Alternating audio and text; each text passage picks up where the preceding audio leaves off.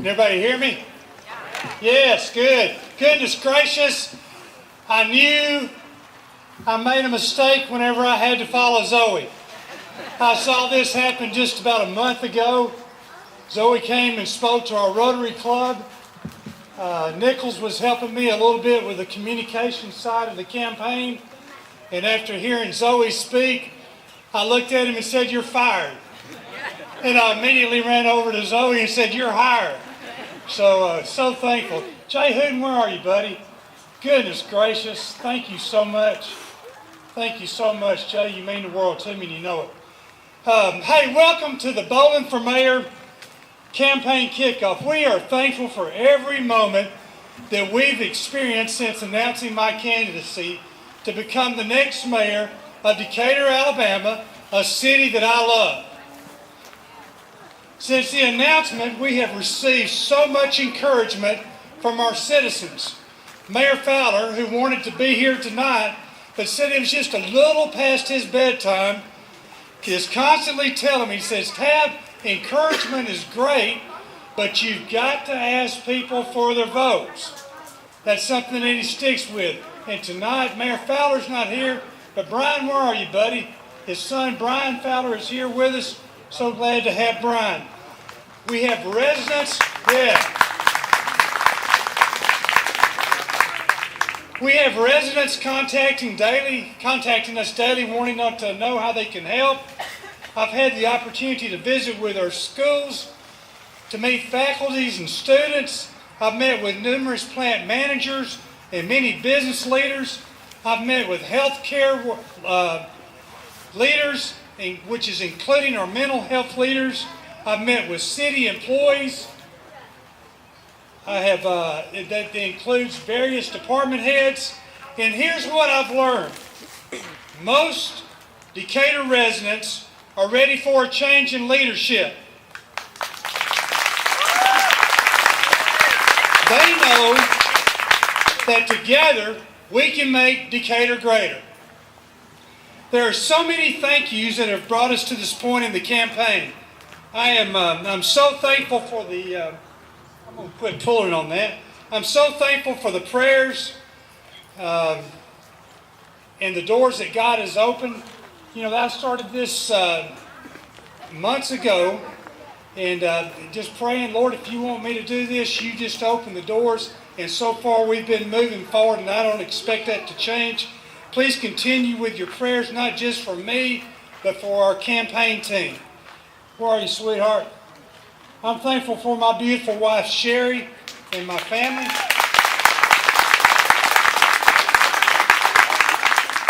You know, we wouldn't be here tonight if it wasn't for the full support of my family.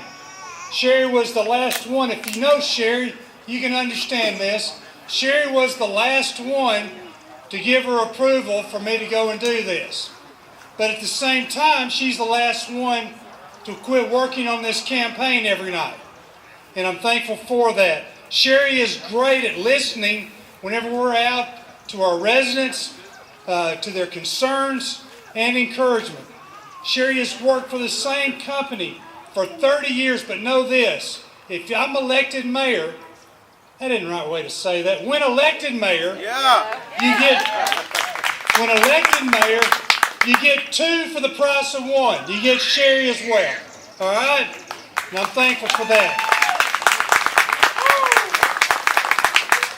I'm thankful for my son-in-law, Ryan, Lindsay, daughter Caitlin, and now our new number one vote getter, Miss Catherine, our first granddaughter.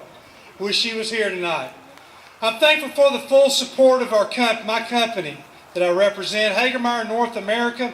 Hagermeyer has always encouraged me to be involved in the community.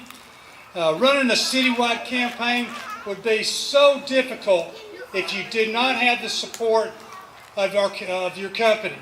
And that includes the support staff, and I'm so thankful for them. I want to thank our campaign leadership team. Parker Moore. Parker, raise your hand, buddy.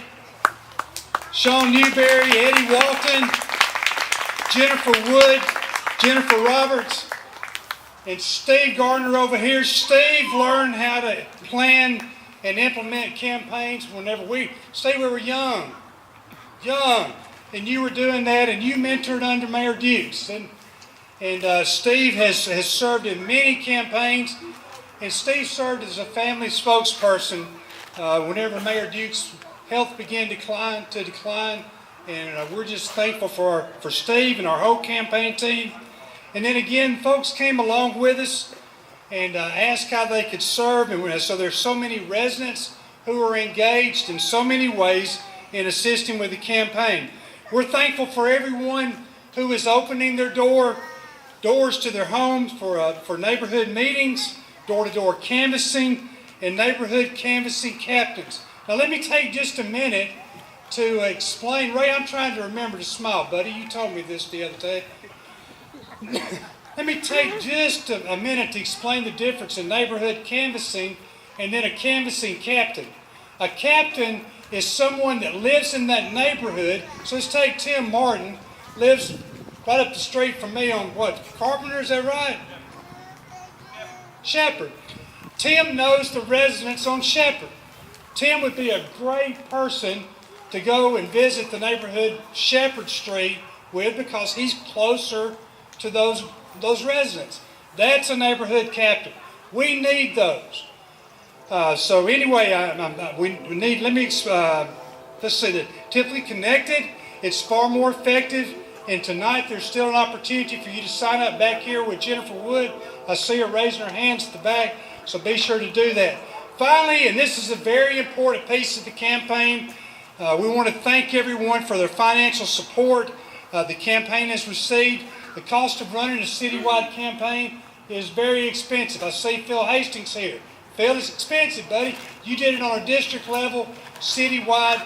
It costs money. One mailing across the city, $5,000. So you've been giving. Thank you so much for that. There's opportunities to do that tonight. If you're not prepared, please visit the website and you can send in a contribution. Know that we will use it wisely. All right, now just a few words about Decatur and my role when elected mayor. Decatur's at a critical time in its history, but I can see a path for improvement. That's what I've done throughout my career, my professional career. I determine needs, provide solutions, and develop a plan to implement those solutions, and then we drive the plan forward while constantly measuring progress, along with customer reviews. If corrective actions are needed, we make those corrective actions and continue driving the plan forward. Decatur's not growing. Most of you know that we're losing residents to neighboring communities. We have businesses that are closing, yet the message from City Hall is 4 more years of progress. How can declining population be labeled as 4 more years of progress?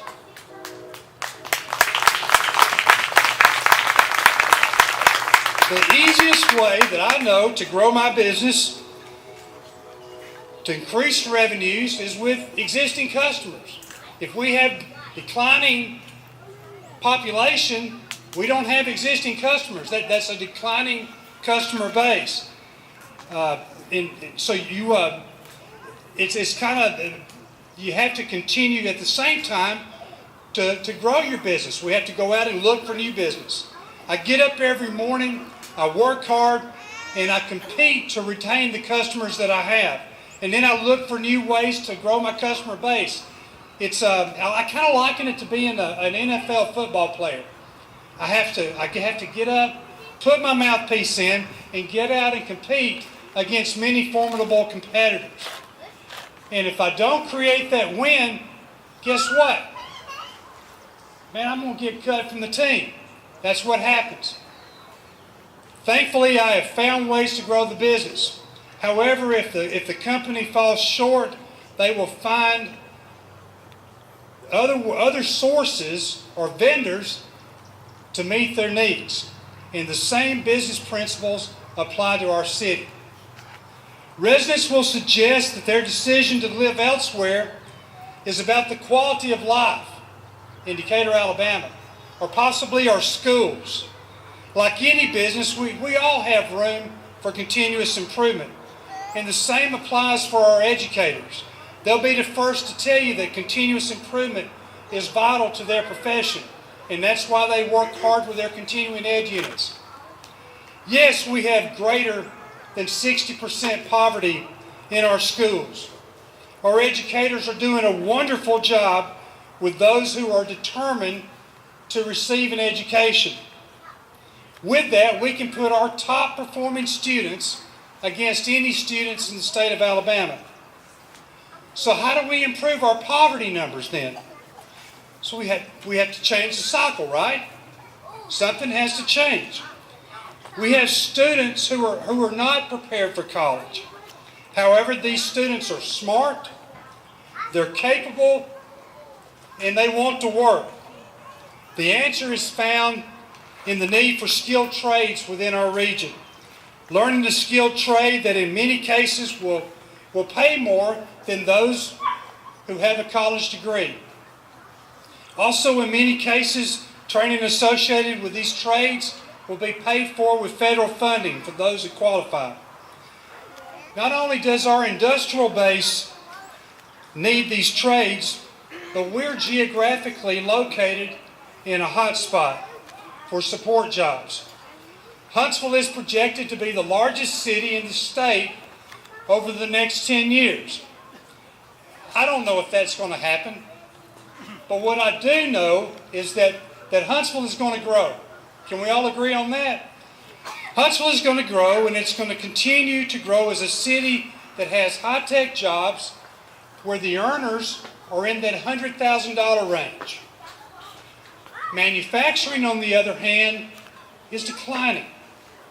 We can look at Wolverine, Delphi, International Paper, others that have closed, and in other businesses, other manufacturing facilities continue to lean their processes out, continue to cut the overhead, cut cost in an effort to remain competitive. The manufacturing jobs average close to 42,000. In our area, it's a slightly different number because of the petrochem, and that's a good thing. High-tech jobs in our region, though, are growing. The service support multiplier, that is the number of people that it takes to support someone in a manufacturing role, is 1.7. That's 1.7 people to support that person who's in the manufacturing sector of our economy. The service support multiplier for that high-tech position is times 5. It takes 5 people to support that industry. We have those jobs at ULA here in Decatur and some of the companies that are associated with ULA. These earners are more likely to call someone to repair a leak, to fix their car, to visit a cosmetologist, to enjoy a nice dinner. And guess what? You cannot lean out those type of service jobs. It still takes one person to fix a leak, repair your car, or style your hair. All of these skilled trades are sitting right here in Decatur, Alabama, wanting to be trained, and once they're trained and working, they'll start spending their money and earnings here in Decatur, Alabama, and generating revenue. That's the change that I'm talking about. Revenues that will allow us to cover the cost of operating our city as it should be. It's time for City Hall, your mayor, to become engaged with our community, just like Zoe was talking about. Their students and their families, along with educators, to lead students and young adults to receive the needed vocational training at Calhoun. And again, the federal funding is available to cover the cost, and many times, to receive this education. I say we're looking at about a 7-year cycle. The first graduating class will take 2 years. Then we have 5 graduating classes to come behind that. And once that happens, you're going to see that impact our numbers. Now let's go back to where I started. 60% poverty in our schools. I believe the plan that I just laid out will change the cycle. But statistics show that communities like we will be, there's other things that come with that. The children and the skilled trade families start performing better in numerous areas. Mortality rate increases. We live longer. Divorce rates decline. Let me tell you where I get this. This very thing happened in Seattle. Seattle was a manufacturing town, and it was on the decline. But an entrepreneur named Bill Gates decided to move his company to Seattle. And whenever he did, companies like that are located in Huntsville and moving west did the same thing in Seattle. They started moving into Seattle. And whenever that happened, it took the service support sector to come in to support all the people associated with that area. And these very things started happening. People started living longer. Divorce rates started to decline. Residents became more involved in their community. Residents became more involved politically. Residents were more likely to give to charities. This effort will require a community effort. I'm currently teaming with the Morgan County Development Association, area churches, Decatur Youth Services, Tommy Davis, who is with Decatur City Schools, Workforce Development, and the Career Center in an effort to lead residents in the 18 to 24-year-old range who have either dropped out or graduated high school to apply for funding to receive the 2-year vocational degree. Then as a community, we've got to start reaching our younger students.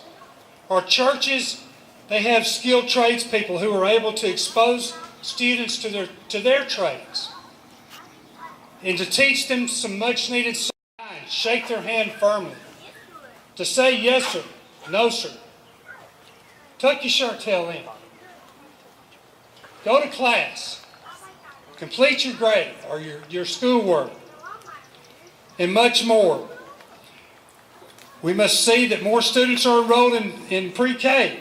Statistics show that prisons are being built today, being planned, based on the number of children who cannot read by the time they're in the 3rd grade, and in some cases the 1st grade. And then finally, as it relates to our children, we as a community need to provide greater support to Leah Brown and the good folks at Big Brothers Big Sisters. Leah needs funding, but for now, Leah wants you to volunteer to invest in the lives of the 100 children that is being supported citywide in Decatur, plus their parents at times, between the ages of 5 and 15. Now, I'm talking about Big Brothers and Big Sisters, but tonight we're fortunate to have some folks with us from the Boys and Girls Club, and we've learned that through the Boys and Girls Club, and I don't have all the numbers with me as far as the numbers that they serve on a daily basis, but those that they're feeding, and these run from elementary school up to about the 9th grade, a large number of these students, 80%, are honor roll students. It's after the 9th grade that things start to shift just a little bit. But 80% of those that are connected with the Boys and Girls Club are honor roll students. This is the harsh reality. We can build more soccer fields. And listen, I am pro Parks and Rec. You're going to hear that. We can build more soccer fields, build more restaurants, talk about the needs that Decatur has, but none of that will grow our city or help with retention unless we as a community roll up our sleeves and invest in the young lives that I've just talked about.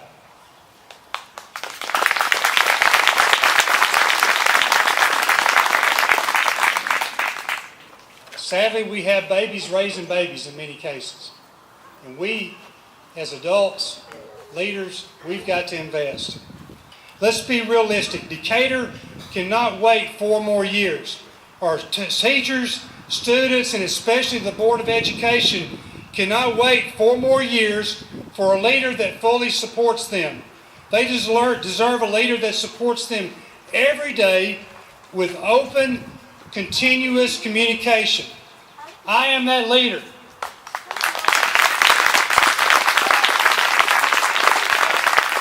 Our public safety cannot wait 4 more years for a leader that fully supports them. They deserve a leader that meets with them, provides them the resources they need, and shows them the appreciation they deserve so morale is restored to their department. I am that leader.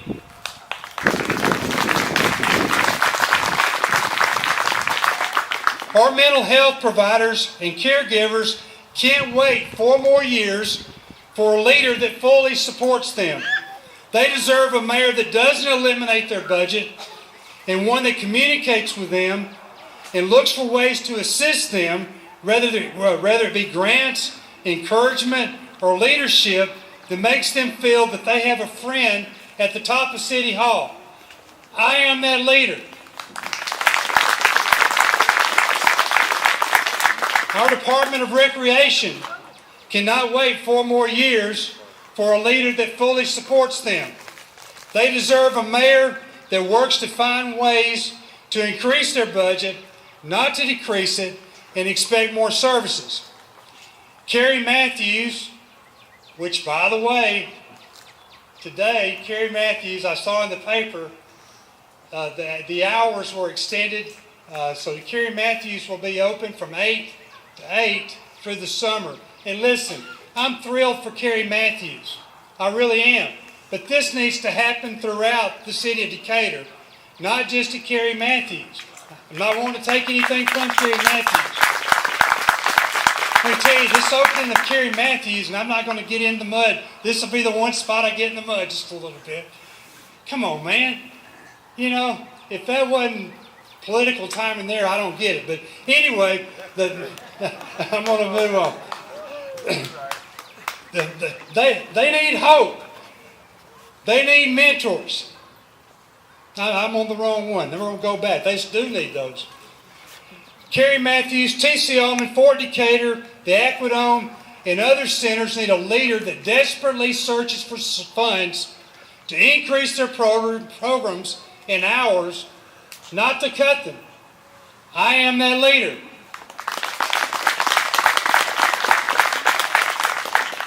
Our city can't wait 4 more years for a leader that fully supports them.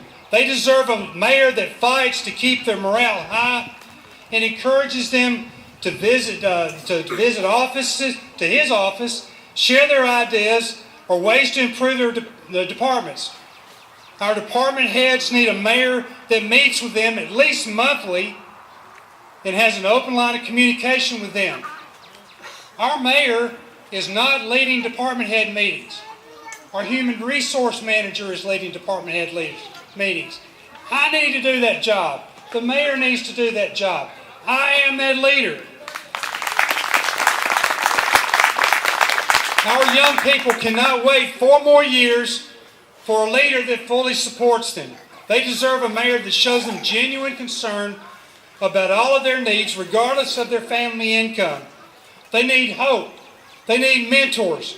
Our single-parent households need to feel that they have a leader at the top of City Hall that wants them to stay and work here, retire here, and have job opportunities that they can receive training and support.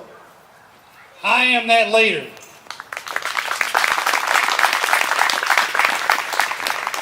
And finally, our businesses, our citizens, our children, our grandchildren can't wait 4 more years for a leader that fully supports them. We can't be the last in growth for cities of our size. They deserve a mayor that has solutions to bring growth to our city, not decline. I am that leader.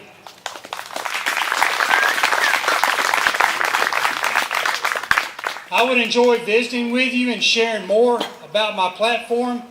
I hope you will visit bowlingformayor.com to learn more about the campaign. Hope you'll like us on Facebook. And again, I want to thank you so much for attending your Kickoff tonight. Now let's remember what Mayor Fowler taught me. Folks, I need your vote on August the 23rd. I'm asking you for your vote on August the 23rd. Now I'm going to lead us in a simple little reminder. Then I hope that you'll go back here and you'll see Jennifer. You'll sign up and volunteer. Hopefully make a contribution. So here we go. 3 times. I'll get us going the first time. Together, we can make Decatur greater. Here we go. Together, we can make Decatur greater. Together, we can make Decatur greater. Together, we can make Decatur greater. Now believe it. Thank you.